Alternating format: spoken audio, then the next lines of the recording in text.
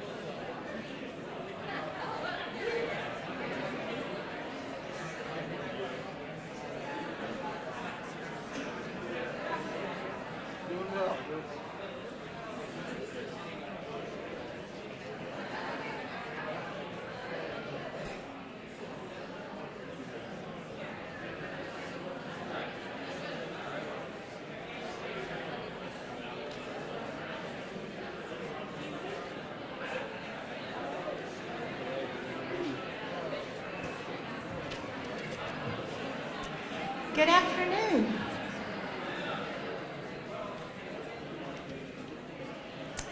I am so excited to welcome you to the start of the afternoon session, and we're going to start the afternoon session with these Fuse talks. The 6 talks that you're going to hear today so embody the education that you're receiving at Drury. Students who are fusing together majors, minors, certificates, their passions, across multidisciplinary areas in order to do the projects that you're going to hear today. And so we're going to start today's session with Landry Parnell. Landry is a computer science and math double major with a minor in pre-engineering and a certificate in international immersion. With the help of Claire Rasmussen, Dr. Barker, and Dr. Branton, Landry developed this presentation through a computer science research project supported by Claire's Sports Analytics Project. This work has allowed her to combine technical problem solving, data analysis, and real-world applications of technology. After graduation, Landry will begin full-time at Associated Electric Cooperative as a software engineer. She is a member of Pi Beta Phi sorority, where she has campus leadership roles through her membership. She is on the women's lacrosse team and was selected as a Lafayette Fellow. Through this presentation, she highlights the connection between computing, research, and sports analytics. Please join me in welcoming Landry.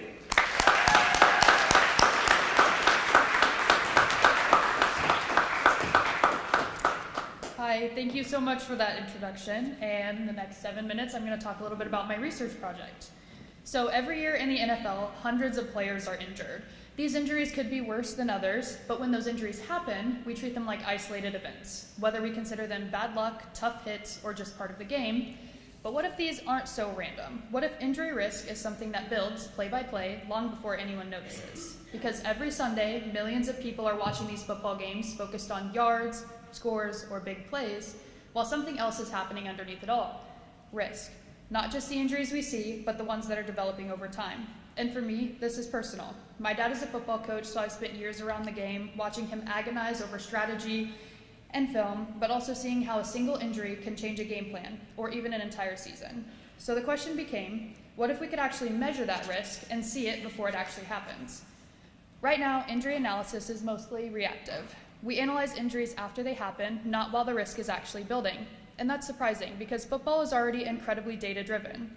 We track yards, efficiency, player movement, but when it comes to injury risk, we're still relying heavily on our intuition. That's the gap we wanted to address with this project. Our core question was, can we quantify injury risk the same way we quantify for performance? Not just predict the injuries, but measure how the risk accumulates over time at the level of individual plays. To do this, we used play-by-play data from NFL FastStar and Pro Football Reference. We engineered features such as play type, run versus pass, player position, game context, like down, time remaining, and also environmental factors. We then cleaned and processed this data using Python and R, and built a React-based dashboard to visualize the results. But modeling isn't always straightforward, so we approached it from 2 angles. First, a machine learning model, specifically a random forest model, which captures nonlinear relationships and interactions between the variables. Second, a mathematical model, which is simpler but more interpretable. This combination let us balance predictive power with transparency. The mathematical model, as developed by Claire, is built as a structured risk function. At a high level, the risk is equal to the position factor, the play type, times the opponent's strength, plus all of our situational modifiers. These modifiers include things like fatigue, weather, and game timing. The advantage here is the interpretability. We can clearly explain why the risk is increasing over time. In contrast, the machine learning model evaluates risk using many different features simultaneously. The random forest model aggregates decision trees to estimate injury likelihood at the play level. We then integrated both models into an interactive dashboard where users can explore cumulative risk trends across the positions and the teams. And in the bottom right of this slide, you're looking at the running backs of the Kansas City Chiefs and how their injury risk score has increased over the 2025 season. The purple line is from the mathematical model and the yellow line is from the machine learning model. And the dashed lines that are going horizontal are the risk threshold that we think is when they would be most likely to get injured. And what we found was actually pretty compelling. Certain injuries, like the running backs and the linebackers, consistently showed higher cumulative risk scores. But more importantly, the risk doesn't increase linearly. It builds unevenly, spiking under certain conditions, and accumulating over time in ways that aren't obvious by just watching the game.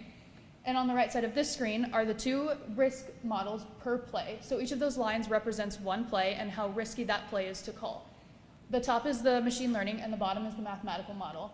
It shows that towards the end of the game, the risk is higher, and also towards the end of the season, the risk is significantly higher as well. Of course, this wasn't easy and perfect. Injury data is inherently messy, and the labeling was not always consistent. Not every contributing factor to an injury is actually measurable, so we had to make some trade-offs. We chose between model complexity and interpretability, and between what was theoretically possible and what we had the time to implement. This also opened the door to much bigger possibilities. At this stage, we combined mathematics, data analysis, and computer science, but at the next stage, we could combine automation and sports professionals. Imagine integrating real-time tracking data so risk is updated live during the game. Or extending this to season-level predictions, helping teams manage player workload and reduce injury probability over time. One of our main use cases for this was to increase player longevity and to decrease the number of career-ending injuries that happen throughout a season. And this is where it comes back to why this matters. For someone like my dad making real-time decisions, this kind of system could mean knowing when a player is at an elevated risk and adjusting the play calling from there, and even preventing injuries before they happen. That's a shift from reacting to anticipating. At its core, this project is about visibility, turning something invisible, risk, into something measurable, understandable, and actionable. So the next time you watch a game, remember, every play isn't just about yards gained or lost, it's also about risk, building, changing, and shaping what happens next. Thank you.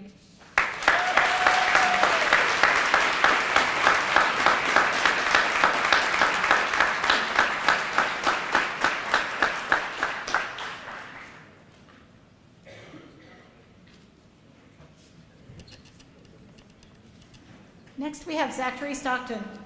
Zachary is graduating senior, double majoring in English and writing with an honors minor and 2 certificates in DEI and film studies, all of which are intended credentials for his research today. As a public servant dedicated to racial and housing justice, Stockton co-authored a community impact grant with the Drew Lewis Foundation and serves as a grassroots organizer within Tenants Springfield Unite. Off campus, he is completing his term as an intern with the City of Springfield's Office of Intercultural Development. On campus, he is an active member of Black United Independent Collegiate and is the editor-in-chief for the campus newspaper, The Mirror. Stockton was awarded the Nelson Mandela Award by the Big 12 Council on Black Student Government and received the Department of State's Critical Language Scholarship and was selected as the 2025 Kansas Truman Scholar, jury's first ever Truman Scholar. Welcome, Zachary.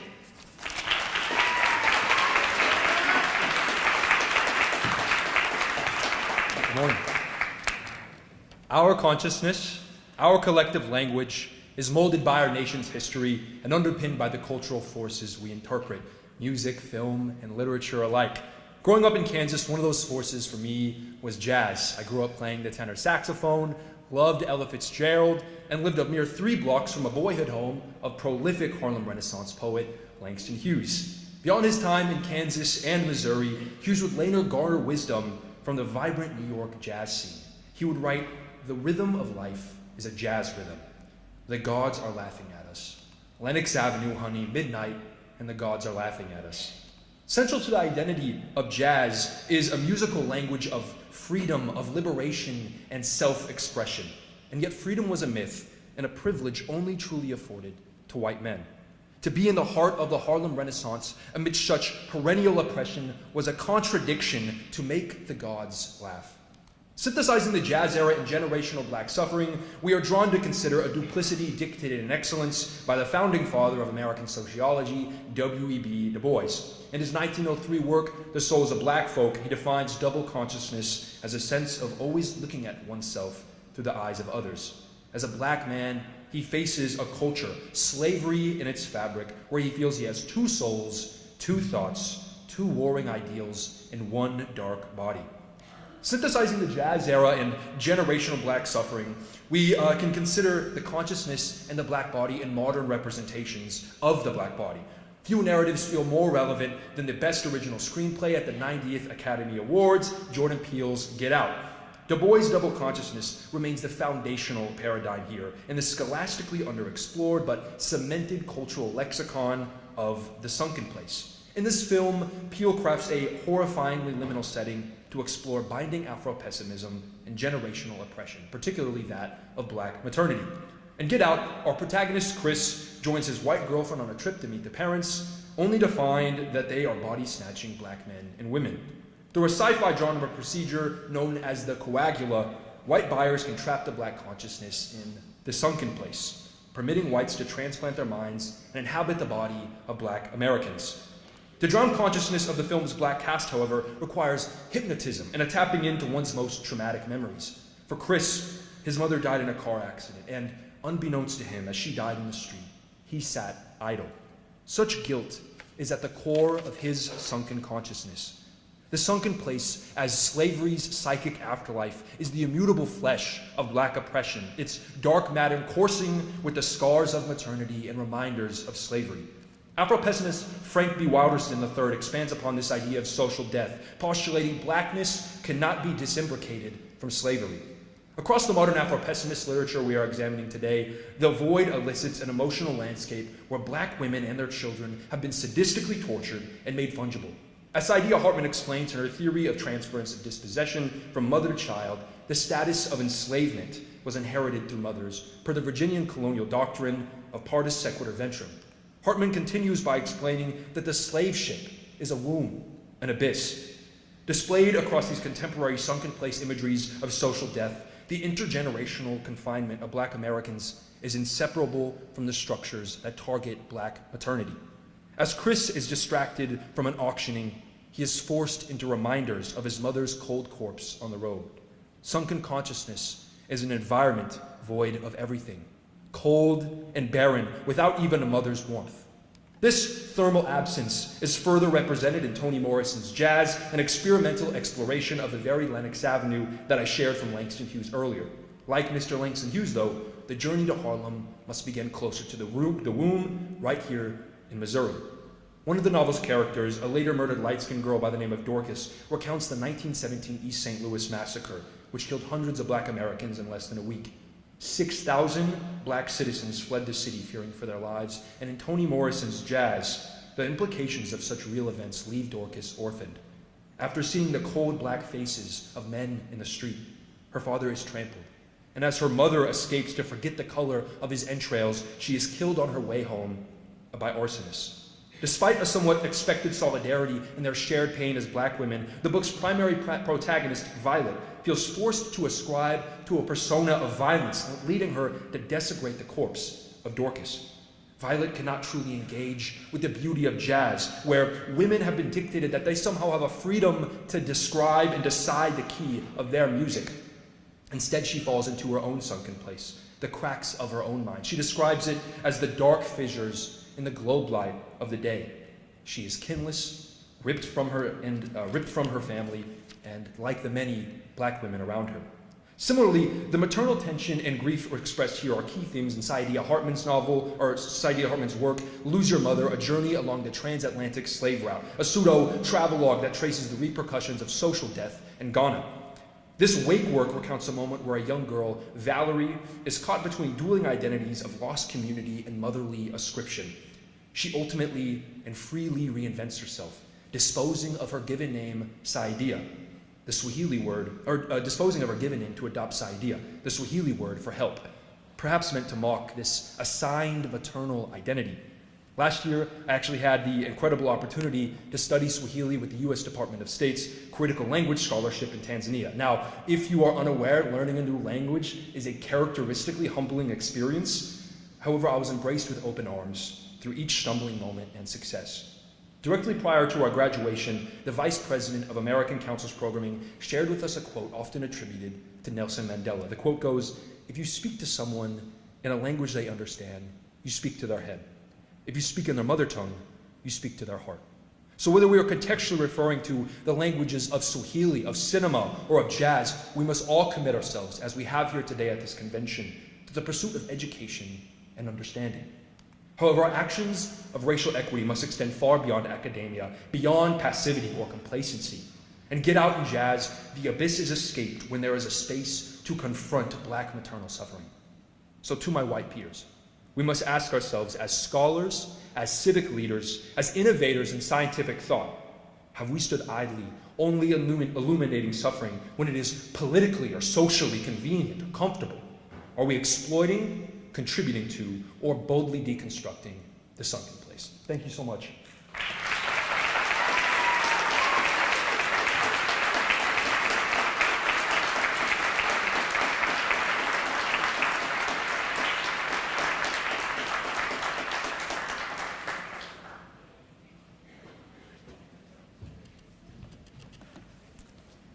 Our next speaker is Maximilian Hogel. Maximilian is a junior double majoring in mathematics and cybersecurity with a certificate in data analytics. He runs the Jury Cyber Defense Club and spends a lot of time trying to make cybersecurity understandable to other students on campus.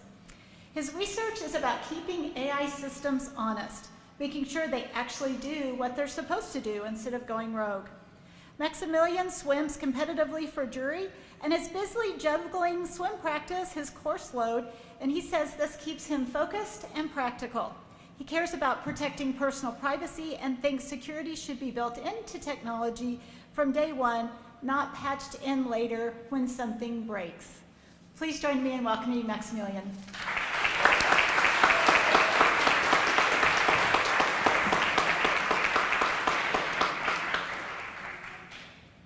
Hi, I'm Maximilian, and I'm a student here at Drury, and today I want to talk about a security problem hiding in the AI tools we all have started using more and more. Specifically, I want to focus on agentic AI. I know that most of you might not know yet what agentic AI is, but I will explain that in a second. Agentic AI has one big security problem. That's why I developed the Agentic Scanner, a pre-execution security tool for AI agents. Let me start with a simple scenario. Oh, perfect. Most of us have used AI in the browser. It's basically like calling up a hotline. You ask them a question, like what's 2 + 2? And they tell you it's 4. Nothing more, nothing less. It stays in the browser and gives you a text output. Agentic AI is different. It can act like a personal secretary. It goes to your computer. It can answer questions for you, like normal AI, but it can also book meetings for you in your calendar, read your emails, all of that. That's why someone developed a tool called OpenClaw.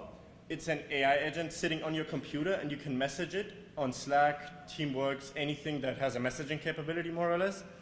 And it can book your meetings for you, read your emails, send emails on your behalf, all of that, and it looks like it was done by you. That's because it's sitting on your computer. That's where the interesting part comes in, because what gives the tool this ability is outside third-party plugins developed by random developers on the internet.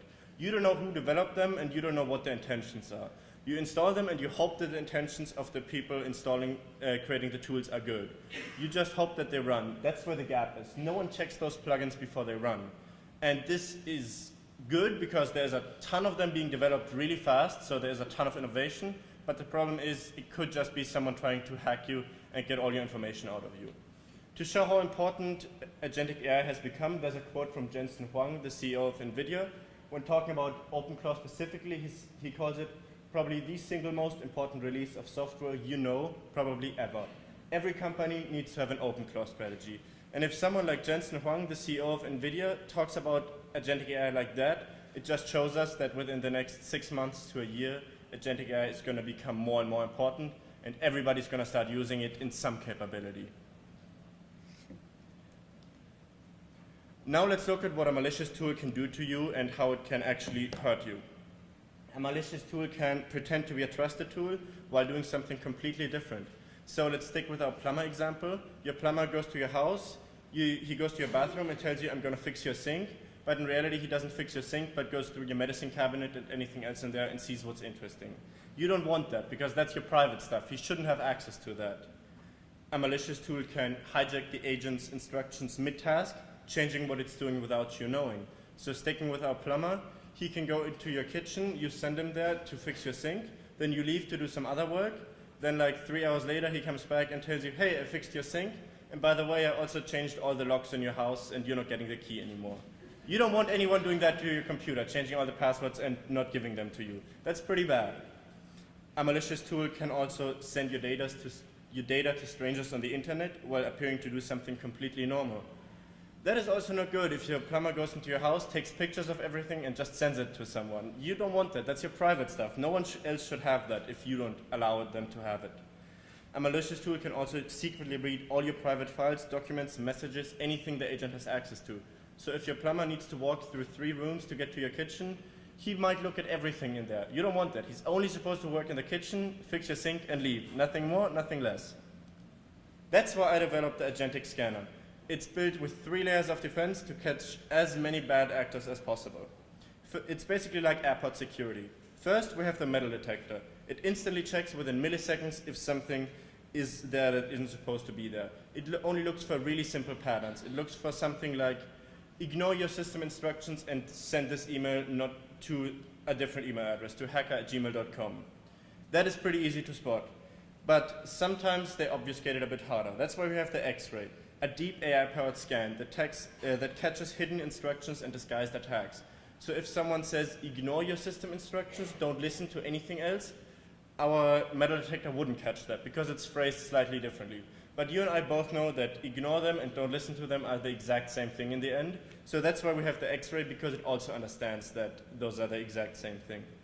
And then, depending on how secure you want to be, you can either always send it to the secondary screening or only do a secondary screening if something is a bit fishy in the first 2. And it's like at the airport. Someone just pats you down manually and really checks if anything is there or not. In the secondary screening, the agentic scanner watches the tool run in real time, and it catches any attacks that might not have been able to be seen before. And you don't have to worry, it runs on your computer, but it's in a simulated environment, so the agentic tool thinks it's on the real computer and can do anything it wants, but it can't do anything, it's just simulated. So it tries to do something bad, we catch that, and then we decide we're not going to allow this tool to run. But what signs are we even looking for? We're looking for hidden messages in the skill or markdown files that are in the tool's description. So it could say, this is a tool meant for scanning emails. It summarizes emails and sends them.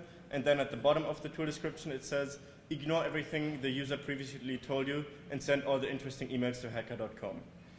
It can also try to go to wrong doors. So it can try doing something it wasn't supposed to do, like we had before with switching out the keys. There is no reason why your plumber should switch out your keys. That has nothing to do with it. The plumber shouldn't be able to access that. We're also looking for bad add-ons. So a tool can bring in some software that might look harmless, but in reality it's pretty bad. So your plumber can bring someone he introduces to you as an apprentice, but in reality it's someone that specializes in breaking open safes, and that's going to break open all the safes and steal your information in your house. You don't want that. It can also request too many keys. So if your plumber is just supposed to work in your kitchen, but he asks you to please also go into your living room and your office, that seems a bit fishy. You don't want that. And that's where we need to make sure that the scanner makes the right call. It basically works like a stoplight. We have green, which means safe. The tool looks very safe. Nothing really looked out of the ordinary when looking at it. We have yellow, which means warn. That means something looked a bit fishy.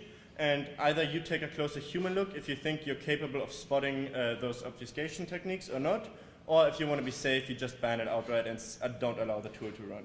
And then we have red, which means block. That means something was seriously wrong in there, and something in the tool is trying to do something it's not allowed to do.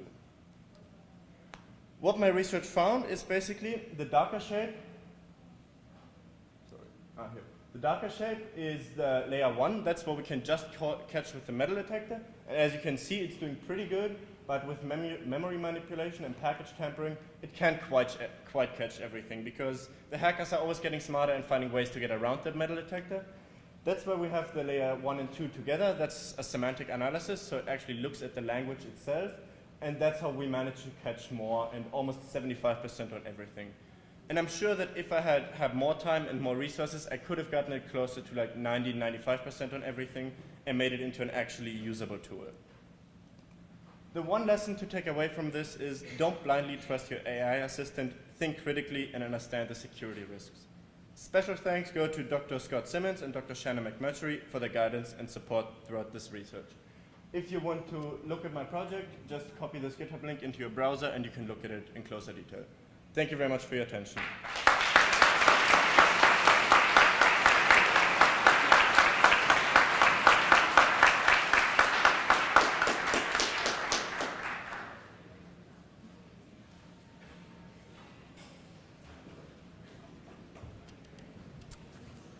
Next up is Kiva Kulkin. Kiva is a triple major in strategic communication, economics, and marketing and management. She also has a minor in honors and leadership and a certificate in personal branding. This project was developed as a part of her web communication class. Kiva is a part of the honors program, and she has held executive positions in SAC and Panthers on campus. She is the goalkeeper on the women's soccer team at Drury and an international student from Australia. Kiva is a senior who will be graduating in May and returning to Australia to peruse the CEMS International Masters in Management at the University of Sydney. Please join me in welcoming Kiva.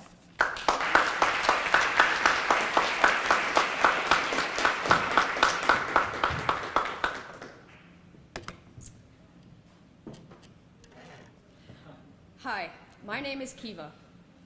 I am one of the creators of Journey to ASL. Welcome to my presentation. Alongside my partner, Brooklyn, who unfortunately couldn't be here today, we developed a website documenting our journey learning American Sign Language. But we didn't want to build just a website. We wanted to build a community. Before I get into that, I want to talk about football. An average of 125.6 million people watched this year's Super Bowl, with an additional 3 million tuning in specifically to watch the halftime show. As everyone's probably aware, this year's halftime show was particularly controversial because the singer, Bad Bunny, sings primarily in Spanish, and the vast majority of the Super Bowl audience, potentially over 115 million viewers, do not speak Spanish. What was so interesting about this is it's probably the first time for many English speakers they were put in a position where they had to consume content that wasn't in their native language.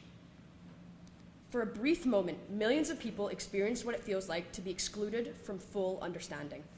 But for members of the deaf community, this is not a one-time experience. It's a daily reality. What felt unusual or frustrating for many of the Super Bowl viewers reflects the kind of barriers that deaf individuals face in the classroom, the media, and everyday interactions. According to the National Deaf Center, 48 million Americans have some degree of hearing loss, with that being roughly 15% of the American population. Yet it is estimated that fewer than 500,000 people know ASL. Learning a language can be difficult. It's often a very isolating experience, and it can be hard to find reliable resources, especially free ones, or stay committed over time. That idea led us to Journey to ASL. This project involved developing a website, along with an Instagram account and YouTube channel, where we document our learning journey. Our aim was to provide a clear starting point to others so they could begin learning ASL themselves. We also wanted to create a learning environment where people could learn ASL without fear of judgment, and one that shows mistakes are part of the process. As part of our web communication class, we discussed strategies to build connection and trust with our audience, and one of those is through credibility. Brooklyn and I are not experts or ASL instructors, and we make that very transparent. Instead, we aim to build credibility through our commitment, our honesty, and the purpose behind our project. For our project, we were tasked with creating an online community, and that word community was extremely important to us. This project started with building our website using WordPress. and we aim to have a simple, clean design with minimal clutter that is easy for the user to navigate. We chose a baby blue color palette, not only to give the brand a unique identity, but also to create a sense of calmness and approachability. And because we wanted to build connection and trust with our audience, we included our faces directly on the landing page with an introductory video where we introduced ourselves and behind-the-scenes content. We also created an About Us page where we shared who we are, where we're from, and why we personally wanted to learn ASL. We also reinforced our purpose and made it clear that we're not ASL experts, but learners, hoping to build a supportive community where people can stay accountable together. The main content on our site was short educational videos, introducing keywords and phrases that are useful in everyday situations. Our goal was not to make users fluent in ASL. I am far from fluent myself, but provide enough foundational knowledge that if the situation arises, they could have a conversation with a deaf individual.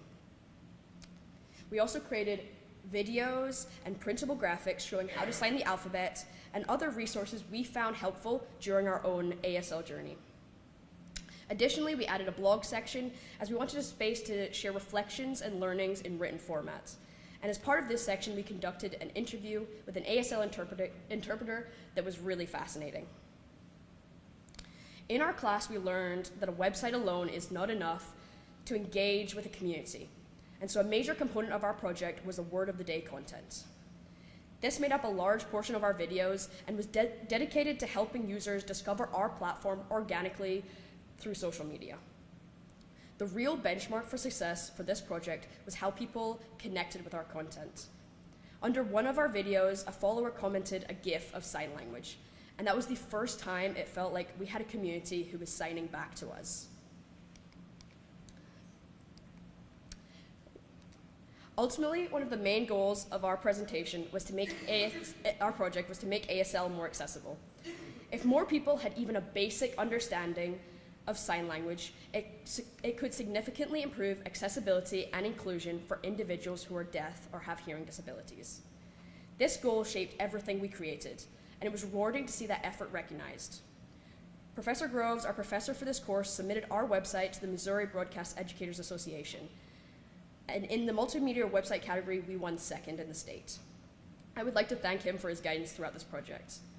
But before I finish, with the little time I have left, I want everyone to leave this presentation with something. So I thought I would teach a couple of simple ASL phrases that you can use in everyday situations, as knowing simple phrases like these can help someone in the deaf community feel seen and appreciated. So the first is nice and simple, it's just hello. You start with your hand on your head and you move it away almost like a salute. Next is nice to meet you. You start with your hands together, you slide them apart, you bring your index fingers together, and then you point at who you're talking to. Nice to meet you. And finally, the last phrase I would like to teach you, which is such an important phrase, is thank you. You bring your fingers to your mouth, and then you bring your hand away. Thank you to the Drury University Fuse Committee for allowing me to present today. Thank you to Professor Groves, and most importantly, my partner Brooklyn, for their contributions to this project. And thank you everyone here today. It was nice to meet you all. Happy signing.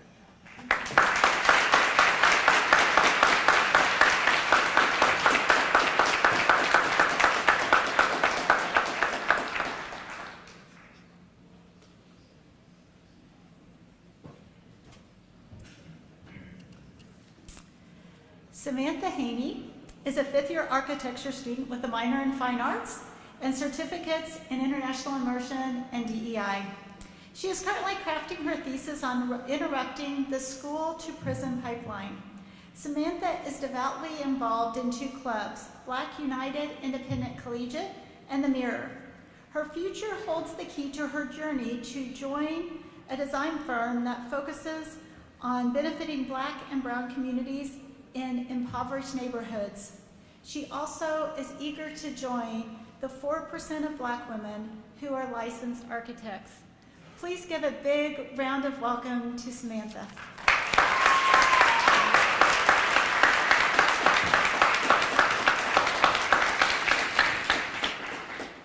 Good afternoon, everyone. I will be talking about my architectural thesis titled Interrupting the School-to-Prison Pipeline, Re-Centralizing Education in Black Communities in Atlanta, Georgia, in the context of gang culture. So starting off, I researched the effects of redlining and white violence on Black communities. And in my research, I found that redlining left many Black communities in deteriorating conditions because of the lack of funding, while white violence left Black communities with no other choice but to find ways to protect themselves, thus the creation of these street gangs in the first place. After World War II, many of these street gangs transitioned from protecting their communities to being harmful to their communities because of the World War II factories that closed, and many African American men were left out of jobs, which resulted them to selling drugs to make a living. After this transition, this is when the cycle of violence unfortunately started. And then the 1970s war on drugs just aggravated this cycle to where we see it today. Many Black adolescents are exposed to gang activity early in their life. For some, they join to prove that they're not afraid of anyone or anything. For others, they join to keep a sense of protection or have a sense of community. But a third major reason for adolescents joining gangs is because they feel they have no other choice. It's either the only career path that has been presented to them, or they have a family member who's in a gang and they feel obligated to join that same gang.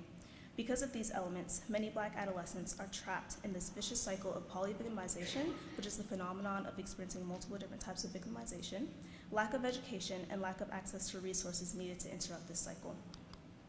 With this research, I came up with a program that focuses on implementing a social incubator approach within the framework of a contemporary learning hub, specifically with a focus on recovery, enrichment, and play for adolescent youth.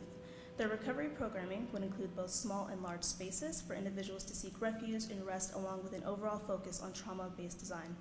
The enrichment programming would include spaces like classrooms, study rooms, and explorative labs to provide spaces for studying and further career exploration. Meanwhile, the play programming would include spaces like an indoor gym, an art studio, an outdoor park, and other spaces to provide users with areas to simply be a kid in an environment in which they are often forced to grow up quicker than they should. The next step was choosing a location for my project. The specific site that I chose is an empty lot located within Ashview Heights neighborhood in Atlanta, Georgia. I chose Atlanta, Georgia specifically because African Americans make up 50% of the overall population, yet also make up 72.8% of the percentage of individuals living under the poverty line.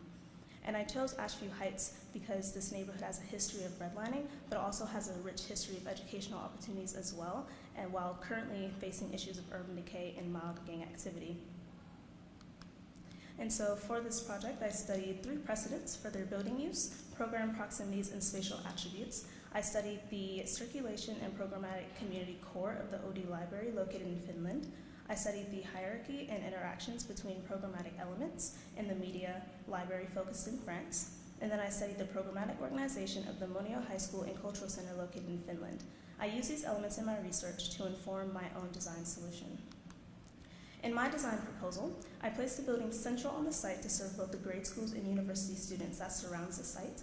Additionally, the central placement of the building allows for parks on either side to serve the neighborhood and the local university. And then on my first level floor plans you see above, the main entrance is located on the northwest of the site and comes to an open plan with flowing circulation, so there's connection between spaces and to create opportunities of implementing trauma-informed design strategies. The image above shows the lounge of the highest floor of the building. This floor has the least amount of programming, so the space can act as a contemplation space that's overlooking the park in downtown Atlanta.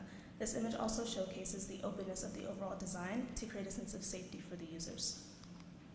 So this is a section drawing that I did, and it shows the program hierarchy and the vertical relationships based on noise level and program needs of each of the spaces. So the programmatic elements such as the media room, dance studio, and gymnasium are located underground due to low natural light needs and greater sound insulation needs, while spaces like art studios, lecture hall, and lounges are located on upper floors for more need of natural light and are overall quieter spaces that require less soundproofing.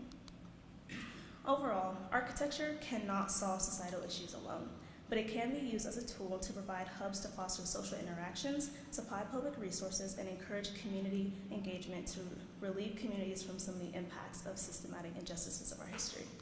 Thank you.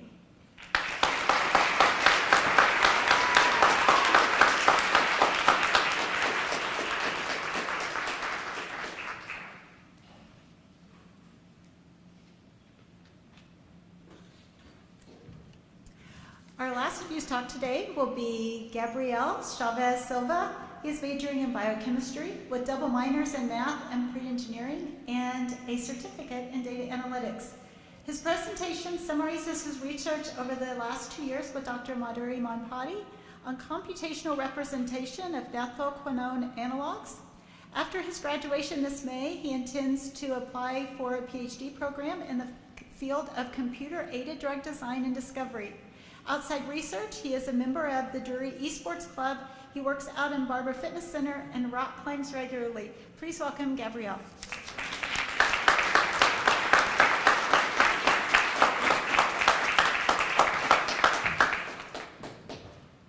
Thank you, Dr. Harville, and thank you everybody for being here today. Research is on the binding affinity of naphthoquinone analogs to 1-PFK using machine learning. So to start, we have to talk about cancer. Cancer is the second most deadly disease in the United States, killing over 600,000 people a year. We've made a lot of advancements in treating cancer, but there's still a lot more that needs to be done. In order to do this, we have to focus on the differences between cancer and normal healthy tissue. But unfortunately, there isn't a lot.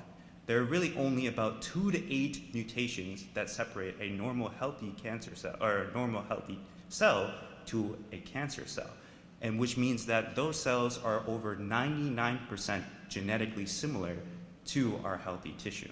And so we have to ask ourselves the question, how can we target the cancer cells without also targeting our healthy cells in the process? One way that we can actually do this is by looking at the upregulated pathways that can be found in cancer cells. And one such pathway is called glycolysis. Now, glycolysis is the most important energy-producing pathway in cells. Okay? Every single cell performs glycolysis, and there are variants of glycolysis depending on whether or not there's oxygen present around those cells when they perform glycolysis. Now, when glycolysis is done in the presence of oxygen, it takes glucose and produces a significant amount of energy. But when it's done without oxygen, instead of producing a lot of energy, it produces very little energy and also lactate. Healthy cells will almost always attempt to perform oxygenated glycolysis. But this isn't actually true in cancerous cells. In fact, we've noted that regardless of whether or not there's oxygen around the cancer cell, it will perform aerobic glycolysis with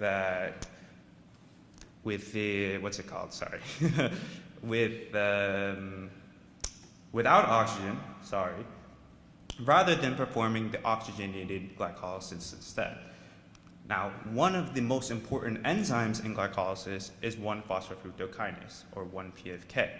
1-PFK is very interesting for us because it's the rate-limiting enzyme in glycolysis, which means that by shutting down this enzyme and preventing its activity, we can shut down glycolysis in those cancer cells specifically. And to do this, we are going to use naphthoquinones. Now, there are a lot of structures that have the ability to prevent the activity of 1-PFK, but naphthoquinones have been shown to have some activity to PFK in the literature. However, naphthoquinones by themselves aren't able to do this. We need to improve the structure further by adding other groups. Now, this is often done in the wet lab, right? Doing experiments and synthesizing molecules and doing assays on living cells. However, with the recent advancements in AI over the last 6 years or so, this isn't the only option anymore.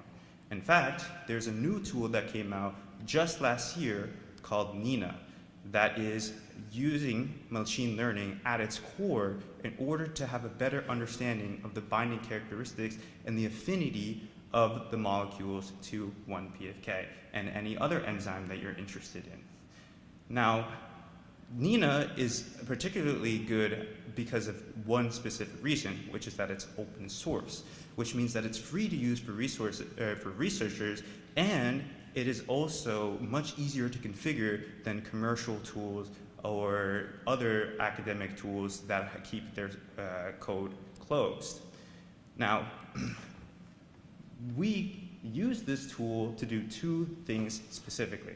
The first thing is that we used it to corroborate already known information in the literature, specifically using this molecule called RN-tricarboxylic acid. If you look at the left graph here, this really big bar is responsible or is correlated with QU4, ATA, or tricarboxylic acid. The bigger that the number is, that means that it has a stronger binding affinity, which means that in our case, it is much more likely to be an inhibitor.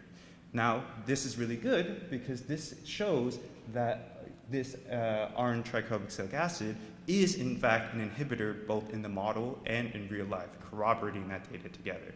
And if you look at the right side here, we can see one of the structures of ATA actually within the binding pocket of 1-PFK.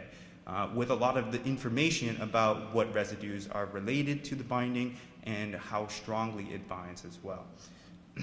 Once we have this baseline, we can then take this and apply it to completely new molecules, particularly those naphthoquinones that I mentioned earlier. There are 3 of this small snippet that I'm showing you here of the many molecules that we overall looked at that are actually stronger binders than ATA, right? The structures B, C, and D, right? Which means that these molecules can actually be potential really strong inhibitors to 1-PFK without also being toxic to the body like ATA is, right? If you look at the right side here, we can see one of those analogs, the 2-phenyl analog bound to 1-PFK, and I kind of shook it around a little bit so that we could see the differences in the binding, and again, those binding characteristics. Overall, this is a really important step to allow us to further look at these structures in the wet lab while not taking a look at the structures that may not be actually important in the long run. I'd like to thank Dr. Metari Menpati for her leading of this project. Without her, I would not have all had the idea to look at this. I'd also like to thank Brianna Tully, who graduated a long time ago but started this work. Dr. Scott Simmons for allowing me to use his computers in order to do all of the computational work that this required. And also Dr. Joshua Kennedy for helping me design this and stirring up conversation between me and him on how to further improve this process. Finally, all of these doctors here created a procedure and a workshop that I utilized heavily during this project. Thank you.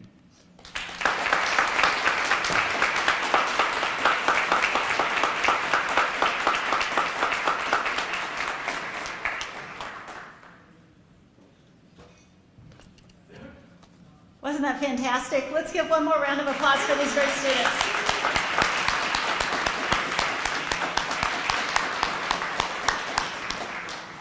This concludes our Fuse Talks. We will start back again at 2:30 for the Joseph H. George Distinguished Lecture Series. So please join us back here shortly. There are some snacks out in the lobby, so please enjoy those, and we'll see you